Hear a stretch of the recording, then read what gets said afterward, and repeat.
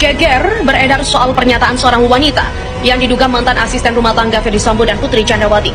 Wanita yang diduga bernama Susi itu ramai berkuar-kuar di media sosial dan membongkar seluruh rahasia Ferdy Sambo. Dianggap licik dan jahat, Susi mengaku jika banyak rahasia yang Sambo dan Putri sembunyikan. Publik kembali dibuat gempar setelah muncul beberapa video pernyataan dari wanita yang tak lain diduga sebagai mantan ART dari Ferdy Sambo.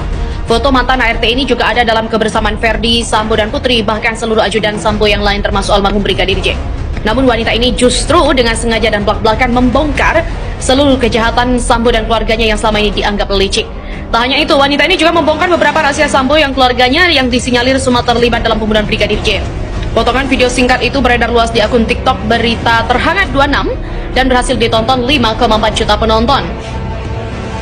Waktu Yosua mau ditembak, Yosua diikat badannya sama Sambo. Dalam pintu rahasia itu dibuka, di dalamnya banyak laki-laki polisi semua yang dibunuh dan diambil organ tubuhnya semua, kata wanita yang diduga ART Sambo itu. Dilansir pada Senin 5 September 2022, tolong dibuka pintu rahasia di belakang rumah untuk penyiksaan Yosua. Kuncinya ada di lemari sebelah tempat Yosua disiksa. Tak hanya itu, wanita ini juga mengaku jika anak-anak Ferdy Sambo ikut terlibat dalam pembunuhan berencana Brigadir J. Anaknya Sambo yang jadi polisi itu anak kandungnya itu yang menyobek perutnya. Anak perempuan yang jadi dokter yang mengkampak otaknya, kepalanya pakai kampak atau parang.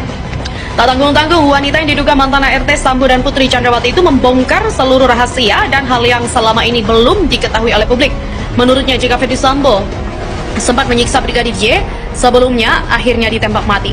ART Ferdy Sambo bernama Susi juga turut menjadi saksi dalam kasus pembunuhan Brigadir J. Saat di Magelang, Susi mengaku melihat Putri menangis di kamar mandi. Diduga Putri terjatuh di kamar mandi setelah peristiwa dugaan pelecehan seksual itu terjadi. Dikutip dari Kompas.com, hal itu disampaikan Komisioner Komnas Perempuan Siti Aminah Tardi. Siti Aminah menjelaskan bahwa Putri bersama rombongan sudah berada di Magelang sejak 2 Juli. Rencananya mereka akan menginap di sana hingga 11 Juli 2022. Saat di Magelang, Ferdy dan Putri sempat merayakan hari ulang tahun pernikahannya serta mengantarkan anaknya ke sekolah di Magelang. Setelah acara tersebut selesai, Ferdy Sambo kembali ke Jakarta lebih awal, yakni pada 7 Juli pagi hari. Sementara itu, Putri bersama sejumlah ajudan lain juga masih tinggal di Magelang. Putri mengaku lebih banyak menghabiskan waktu di kamar karena kurang enak badan. Pada sore harinya, Putri mengaku mendapat tindakan yang disebut sebagai pelecehan dari Brigadir J. Setelah kejadian itu, Susi yang merupakan ART Putri mendengar suara tangisan dari dalam kamar mandi. Saat dihampiri, Susi terkejut karena menemukan Putri dalam kondisi terjatuh di depan pintu kamar mandi. Kemudian, asisten rumah tangga lain yakni Kuat Ma'ruf membantu Putri kembali ke kamar. Saat itu dalam rumah tidak ada orang selain Brigadir J, Kuat, Susi, dan juga Putri.